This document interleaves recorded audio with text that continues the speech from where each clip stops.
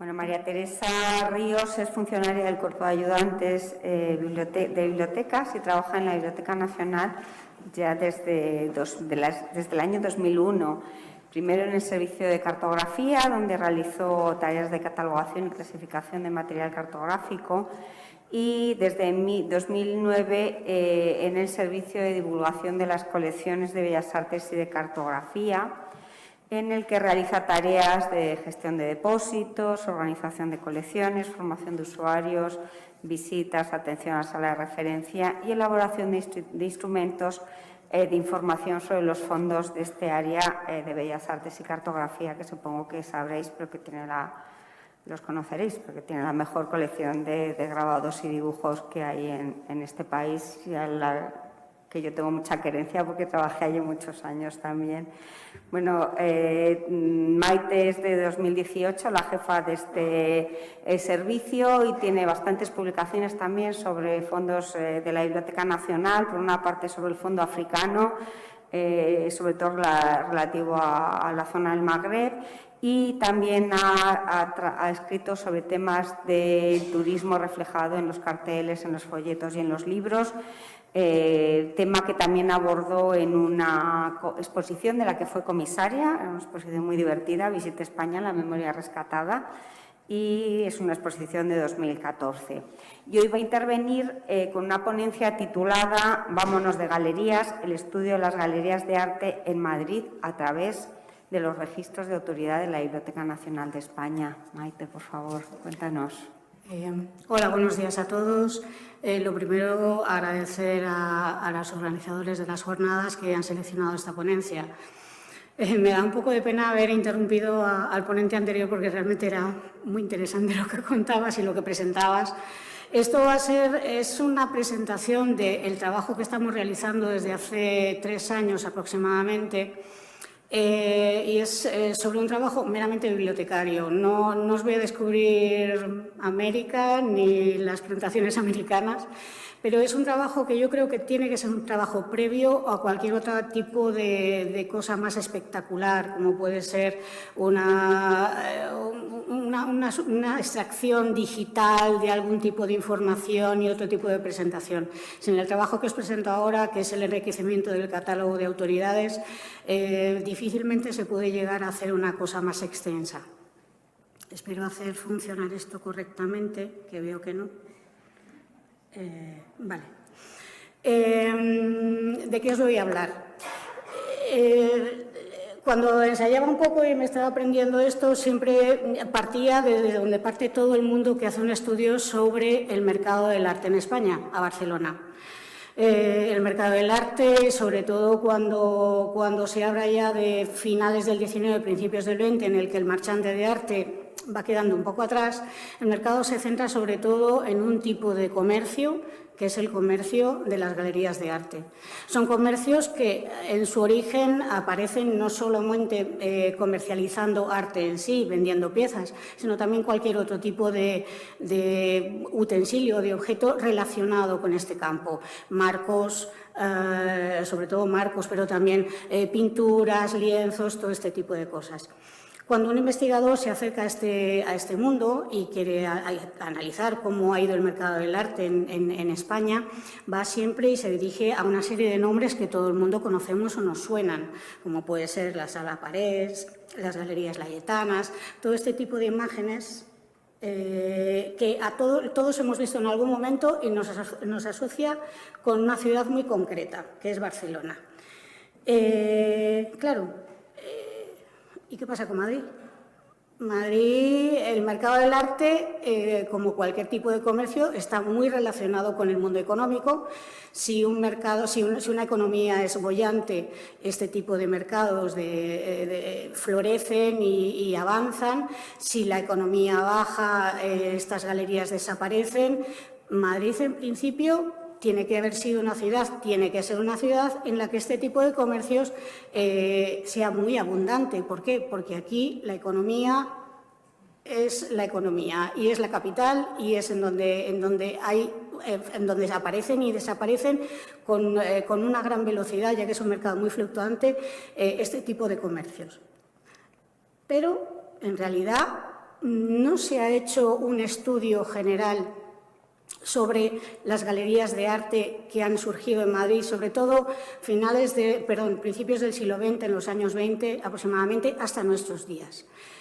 ¿Es que no había o es que simplemente no se ha hecho?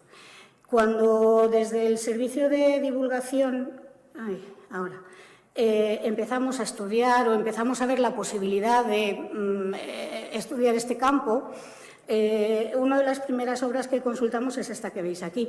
Realmente la Biblioteca Nacional parte de una situación de ventaja muy clara respecto a todos vuestros centros.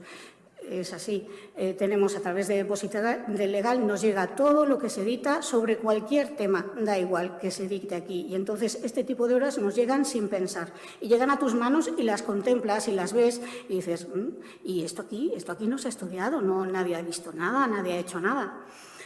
Posteriormente, a esta obra sobre el galerismo en Barcelona llega algo como las galerías de arte en la región de Murcia. Dices, hombre, Murcia puede haber tenido un mercado del arte muy importante, pero tanto como Madrid, no sé, y todavía sigues pensándote y sigues cuestionándote que hay algo que no estás buscando bien, porque seguro que hay algo hecho y que tú no encuentras. Es verdad que han ido apareciendo estudios sobre alguna galería concreta. El Salón Vilches, que es de los años 20 aproximadamente, cuenta con este estudio que es muy interesante, que tenemos también en nuestra sala de referencia, o, por supuesto, la Galería Biosca, que además sabemos que sus archivos están conservados en el Reina Sofía. Pero, como os digo, no hay un estudio general como puede ser el del galerismo en Barcelona. Es cierto que a lo largo del tiempo ya fueron apareciendo una serie de artículos editados en distintas publicaciones. La digitalización en este caso nos ha ayudado a nosotros mucho a la localización y a la consulta de las mismas, porque este de Galerías de Arte de Madrid es desde el año 75, está digitalizado y nosotros lo hemos accedido a través de Memoria de Madrid. O esta otra también, que es de los años 80, Galerías de Arte en el Madrid de la posguerra. En ellos es verdad que ya te van apareciendo la parte fundamental desde donde tiene que partir un estudio, que es el nombre de la galería. El nombre de la galería, sin saber eso, en concreto, es difícil que un investigador pueda llegar a hacer una investigación sobre ello. ¿A dónde tiene que recurrir este investigador? Pues a fuentes múltiples, diversas y dispersas, y sobre todo a través de la prensa diaria, la prensa semanal, los dominicales, en donde se daba información puntual, y se sigue dando información puntual, de las exposiciones que se van a inaugurar en las distintas galerías de arte. Supongo que se ve desde aquí, sí que se ve, ¿no? Está, por ejemplo, la Galería Toisón, que veremos luego que hemos hecho con ese registro de autoridad, o la Galería Clan. En este sentido, quiero hacer un inciso. Lo nuestro es un catálogo. Para estudiar estas galerías de arte necesitamos cualquier tipo de documento que justifique en nuestra institución que vamos a hacer un estudio sobre ese encabezamiento. Lo digo al hilo de que la Galería Clan no tenemos nada, no podemos justificar el estudio de esta galería de arte porque no tenemos ningún documento. Pues preséntanoslo, por favor. Cualquier cosa nos vale, pero la necesitamos. Entonces, la Galería Clan no la tenemos estudiada precisamente por eso. Después, posteriores a estos artículos, pues claro, se crea Arco, empieza a funcionar Arco. Arco siempre cuenta con una zona de expositores en el cual se da información sobre esas galerías en concreto, que son las que van a estar en las exposiciones. Y os enseño este artículo, que también está digitalizado, que aparece en Que vienen los federales. Es un artículo, son dos artículos que aparecen en dos números diferentes y habla de la creación, mantenimiento o desaparición de las galerías de arte creadas en la calle Doctor Fourquet, que es muy interesante. Este es de los últimos artículos que hemos visto que se ha escrito sobre este tema, sobre Madrid, es del año 2016. ¿Y qué hemos hecho nosotros? Pues no hemos hecho gran cosa. Es verdad que en las bibliotecas, en concreto en la que yo estoy, se nos ha inculcado desde hace 20 años, que es lo que llevo yo allí, que el bibliotecario tiene que hacer una especie como de vuelo general en las cosas, no puede profundizar en nada. Tenemos que catalogar deprisa, intentar catalogar bien, a ser posible, pero no tenemos tiempo suficiente para investigar o no debemos investigar sobre el asunto. Yo creo que fue un cambio de tercio de unos años acá, en el que hemos mejorado en algunas cosas, como es posiblemente la transparencia. Intentamos hacer todo, catalogarlo todo, que todo esté visible a todo el mundo, pero hemos perdido un poco en especialización, en conocimientos especializados sobre las cosas. Lo que yo no tengo es la respuesta de cómo hacer el término medio, que es donde suele estar la virtud. De momento estamos en esa línea. ¿Qué es lo que pasa? Que cuando os voy a hablar de este tema, de los encabezamientos de autoridades, es una manera de volver a esa función un poco que tenía el bibliotecario de antes de investigador. Al generar un encabezamiento de autoridad estudiado, no nos dedicamos solamente a describir lo que tenemos delante, sino que nos exige investigar, nos exige consultar otro tipo de fuentes. Y eso es lo que hemos estado haciendo a lo largo de este año y medio, más o menos, que llevamos haciendo estos registros de autoridad. Ahora os voy a hablar de un problema no pequeño al respecto.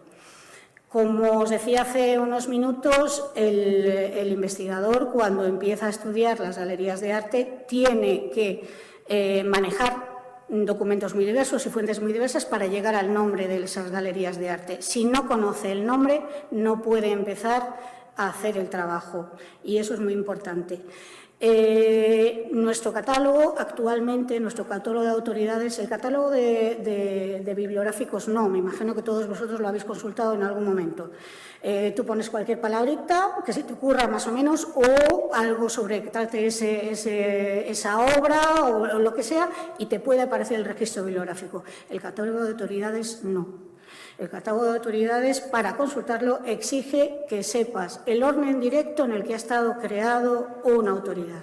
Es decir, si Galería Sen ha estado creada como Galería Sen y no como Sen, pues como te sepas que es Galería Sen, no lo encuentras. Y es un problema que de momento, y hasta que no se cambie ese catálogo o empiece a funcionar Datos BNE correctamente, del cual también os hablaré, es muy difícil de solucionar.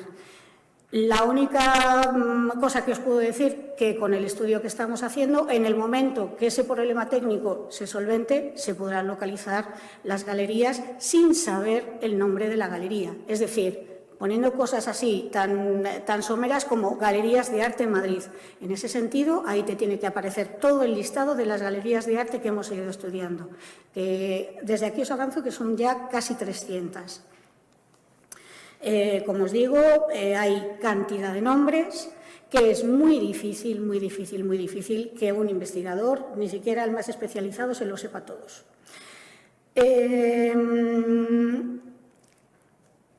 Perdón, he puesto demasiados nombres, pero es que los hay. Vamos a ver. Vale. Como os decía antes, la Biblioteca Nacional parte de una ventaja frente a otros centros, y es que recibe los fondos que provienen del depósito legal. Dentro de esta ley de depósito legal también está y se encuentran los grabados y las estampas. Poniendo estas imágenes me estoy saltando a la torera la ley de propiedad intelectual y, bueno, pues si luego me detienen cuando salga, pues lo siento, pero creo que llega un momento en el que tienes que utilizarlo, no te queda otra. Entonces, no me vais a denunciar. Perfecto. A lo largo del tiempo, claro, para el cumplimiento de esta ley, las bibliotecarias que estaban antes que nosotros allí, pues entre ellas Marisa o cualquiera de las que estaban antes, se dieron cuenta que efectivamente esto no se cumplía, y entonces empezaron a contactar con los artistas que utilizaban el grabado como medio de comunicación. Y les pedían, bueno, pues que entregaran los grabados que ellos consideraran oportunos, pues representativos de su producción. Pero además, muchos de ellos, bien por sí mismos o a instancias de las propias bibliotecarias, integraban todo ese tipo de documentación que a un bibliotecario cuando la ve empiezas como a vacilar, ¿no? Porque son folletitos, trípticos, invitaciones, postalitas, y todo eso está muy bien, pero ¿qué se hacía con eso? ¿Qué hacemos con eso cuando nos encontramos con ese tipo de documentación que por una parte a ti lo que te viene a la cabeza, mira, lo voy a tirar, que al fin y al cabo esto no vale nada, pero por otra te lo ha dado un artista? No es tan fácil, es una donación, no puedes tirarlo tan alegremente. Y además, he de deciros que este trabajo que hemos hecho ahora, hemos conseguido hacerlo muchas veces consultando este tipo de documentación, como ahora veréis. Entonces, estas bibliotecarias, muy inteligentemente, de una manera muy sencilla, como veréis, fueron guardando y ordenando todo este tipo de documentación por orden alfabético. Una cosa muy sencilla y que todo el mundo conocemos. Esta es una fotografía de la Sala Goya, que me imagino que, si no todos, muchos de vosotros conocéis, y posiblemente en la Sala Goya habéis visto que, aparte de las estanterías, hay una serie de archivadores que estaban en el medio de la sala, que en realidad nadie sabe muy bien qué es lo que contenía dentro. Bueno, pues dentro contenía esta información tan valiosa para nosotros y ordenada, como os digo, por orden alfabético. 3 de estos archivadores estaban dedicados a conservar la información que venía de estas galerías de arte contemporáneo. Muchas veces estos folletos los habían recogido las propias bibliotecarias cuando iban a algún tipo de inauguración o cuando iban simplemente a una visita. Luego, aquellos documentos que daban los artistas, los donaban junto con su obra, se organizaban por el orden del artista y dentro de las carpetas marrones que hemos conocido todos de archivadores. Todos estos documentos, muy pequeños y muy farragosos en su tratamiento, posiblemente hubiesen llegado y habrán llegado seguramente a la biblioteca en virtud de la ley de depósito legal, porque todos ellos tienen depósito legal. Pero ¿qué ocurre? Son menores. Los menores no reciben trato de favor, más bien al revés. Llegan y por ahí se quedan y, con suerte, si no se quedan por ahí, se almacenan en cajas que se van ordenando como llegan y como mucho aparece señalado el año o algo tan somero como eso, folletos de galerías de arte. España, 1975, y ahí búscate la vida. Y además, hay que decir una cosa, ninguno de ellos estaba procesado. O sea, nosotros sabíamos que esto existía porque te chocabas con los archivadores todos los días y en algún momento te preguntaste, bueno, ¿y qué demonio hay aquí dentro? Pero el usuario, cuando no está en la biblioteca y no vive allí, no sabía que esto existía. Teniendo en cuenta esto y sabiendo que si a alguien en algún momento se le ocurre hacer un estudio del tipo que os estoy diciendo, de galerías de arte, estos documentos pueden ser interesantes, empezamos en su momento a ir estudiando qué es lo que había en cada carpeta, cómo estaba ordenado y qué podíamos hacer con toda esta documentación. Y lo primero que hicimos fue sacar de ahí y colocar dentro del archivo de la Biblioteca Nacional todos los documentos privados, porque muchas de estas carpetillas incluían también el currículum del autor, alguna carta personal, sus datos, su teléfono, todo eso ha dejado de estar ahí fuera. Por esa razón, durante mucho tiempo esos archivadores estaban cerrados, te tropezabas con ellos, no podías abrirlos porque estaban cerrados por motivos de seguridad. ¿Qué es lo que nos encontramos? Y esto es otra de las cosas que se puede llegar a estudiar gracias a que a alguien se le ocurrió conservar todo esto, este tipo de invitaciones. Si alguien quiere hacer un estudio sobre el diseño de la invitación entre los años 70 aproximadamente, 1970, 1960, hasta nuestros días, puedo hacerlo a través de esta colección, porque ahora ya os digo que de esos archivadores del medio, que había como 5.000 carpetas, pueden quedar sin procesar todavía unas 150, 200, no quedan más. Todo lo demás está catalogado con su signatura y ordenado en su sitio adecuado. Entonces, esto se facilita la consulta por parte del investigador, por supuesto. Como veis, son documentos, pero muy breves, lo que viene siendo una publicación menor, pero que nos da pie a conocer algo que, si no de otra manera, va a ser difícil que encontremos, que es el nombre. Ahora ya sí que empiezo con la parte más bibliotecaria. ¿Qué hemos hecho en esos registros de autoridad? He elegido un ejemplo en concreto, que es la Galería Toisón, y Este es el documento del que posiblemente partimos a la hora de estudiar este registro de autoridad. Como veis, he hecho esta foto porque veis que tiene 4 páginas. Bueno, tiene 4 hojas, tiene 8 páginas. Eso habitualmente no se cataloga porque es una menor. Bueno, pues aquí sí que lo catalogamos, porque si no, no hay manera humana de saber qué es lo que tenemos.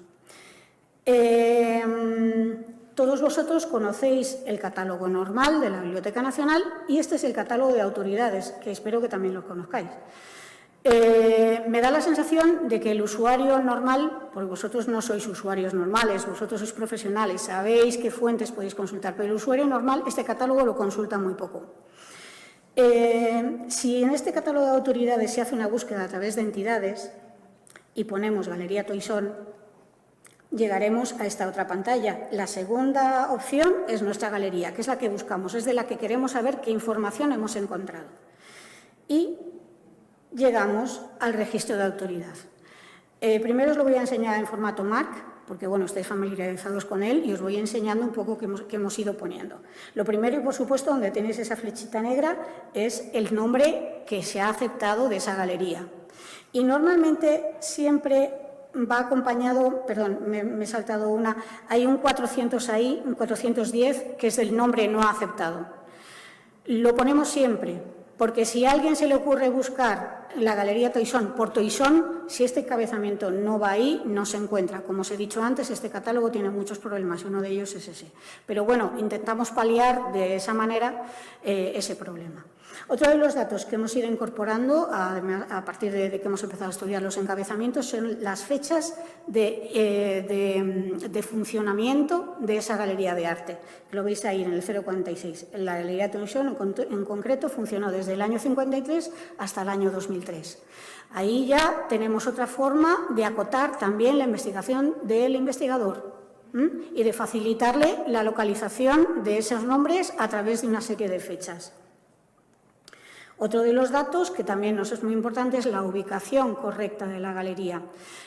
Por una parte, la parte de arriba es la que se dedica a decir la ciudad, Madrid, pero luego está la calle exacta. Y se ponen tantas direcciones como ubicaciones haya tenido esa galería de arte. Ya sabemos todos que las galerías no solamente cierran, sino que cambian de lugar. Todos esos datos aparecen reflejados en los registros de autoridad, porque creemos que es una parte muy importante del estudio también, cómo cambia la fisonomía de una ciudad cuando cambian los comercios de lugar. ¿Por qué cambian de lugar? ¿Por qué van de un sitio? ¿Por qué van a otro? Todo ese tipo de estudio se puede hacer a través de este dato. Y después este otro campo, el 386, nos da el atributo, o sea, a lo que se dedica ese comercio, galería de arte, galerías de arte. ¿Por qué es tan importante? Porque aunque ahora no podamos hacer la búsqueda a través de eso de Galerías de Arte Madrid, en el momento que tengamos un catálogo un pelín mejor o que Datos BNE llegue a funcionar con facilidad, ese dato nos va a permitir buscar, por una parte, las galerías de arte, pero las galerías de arte ubicándolas en un sitio concreto, que es Madrid. Os hablo de Madrid porque es lo que hemos empezado a estudiar lo primero. Estamos aquí y es de donde tenemos más información, pero nuestra intención es hacerlo con todas las galerías de arte de las cuales tengamos un mínimo documento dentro de la Biblioteca Nacional. Después están los campos de notas. Esos campos de notas nos van a permitir poner información que creamos que sea de interés para nuestro investigador.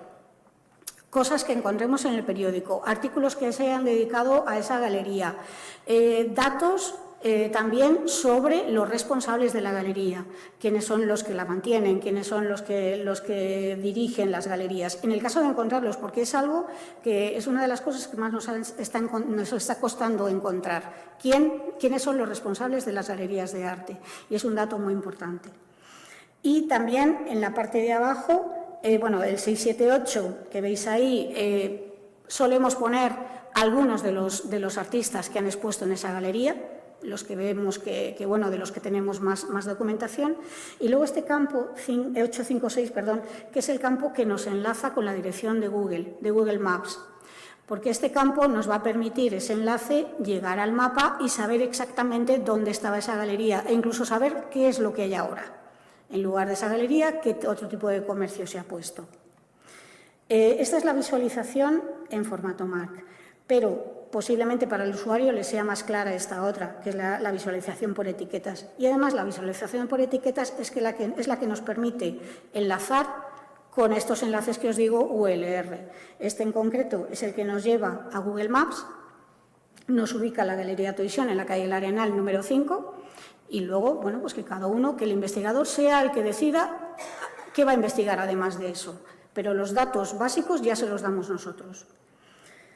Y otro enlace, que es el que me gustaría haberos enseñado algo más amplio, pero hay una serie de problemas técnicos que hace que Datos BNE no funcione como debe, es este, es el enlace a Datos BNE. En Datos BNE, en principio, tenéis la misma información que en el catálogo de autoridades. Se puede ver además en cuántas obras aparece esta Galería del Toisón, que participa en 14 ediciones. Eso quiere decir que hay 14 documentos en los que aparece reflejado la Galería Toisón. Pero lo que más me interesa es donde os va a señalar esa flechita, búsquedas avanzadas. Este tipo de búsqueda es la que nos va a permitir realmente que a través de esta pantalla de búsqueda avanzada podamos poner Madrid, galerías de arte, y ahí nos salgan todas las galerías de arte que hemos estudiado de Madrid y que ahora mismo yo os digo que no son 87, que son prácticamente 300.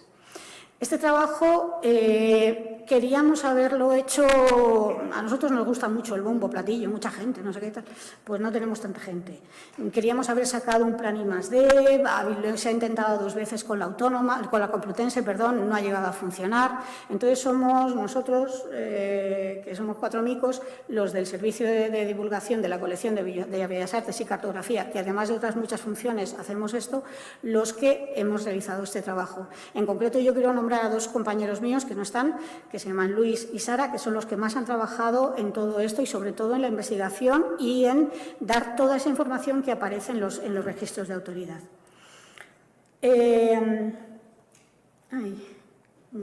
Vale, estos son otras de las galerías. Os pongo Fernando Fe porque es una de las galerías que hay un artículo hecho sobre ella.